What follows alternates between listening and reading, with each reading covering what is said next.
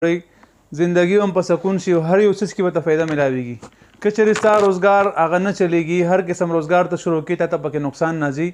یا کم کار ته هم کې ته پکې نقصان کې هر ځای کې ستا ذلیله کېږي هر ځای کې رسوا کېږي هر ځای کې بدنامېږي هر ځای کې ته هغه ناکامي ملاویږي راځه دا عمل شروع کا او انشاءالله ته بیا فایده په خپلو سترګو باندې وګوره ته دا فایده څونه ملاویږي تا ته دا بنده لاره دا بالکل کلو شي هر لاره به ته کلو وي او هر څه کې به تا ته عزت ملاویږي دا دومره زبردست عمل دی الحمدلله ثم الحمدلله چې کله نه دا عمل ما ته استاد محترم راکړی او هغه ورځ نه ما شروع کړ ته نن ورځې پورې کوم الحمدلله داسې څه مشکل ما ته نه دي راغلی چې هغه زه په هغې باندې ګیر شوی یم د الله تعالی په فضل او برکت سره هر مشکل الله تعالی اسانوي یو پابندۍ سره مونځ اودس کوئ ذکر اذکار کوئ استغفار ډېر وایئ درود شریف وایئ ستا هر مشکل به اسانېږي خو که چېرې بیا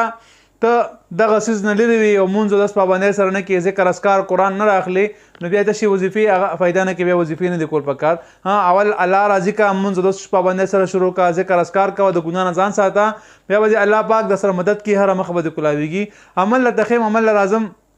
ځکه چې ډېر بهترین عمل دی په کولو سره به ته خپله فایده په خپله ملاویږي انشاءالله او به یې ګورئ عمل چې کوم دی هغه د سهار مونځ نه پس یا مستطیعو سحر مونځ نه پس دا 130 بار یا 313 بار دا شروع کا او بیا وګوره اول اخر ته 7 بار درود شریف وایا یو سل او 10 کرت یا 314 کرت دا شروع کا اول اخر ته یو لس کرت درود شریف شروع کا ته بیا ان شاء الله فائدو کا تسخیر به هم کیږي کرشته کې د بندش یا به هم کې کاروبار کې د بندش وي نقصان ملاوي یا نه هم د نجات ملاويږي الحمدلله چې کوم څه کې هم کې تا ته به فایده ملاویږي انشاءالله پیسو کې به نه محتاجږي الله تعالی به پیسې د یو در نه بل در نه درکوي پیسو محتاجي به باندې کله هم نه راځي که عمل دې خوښ شو مخکې ثواب بنیاد باندې مخکې ملګرو سره شیر کا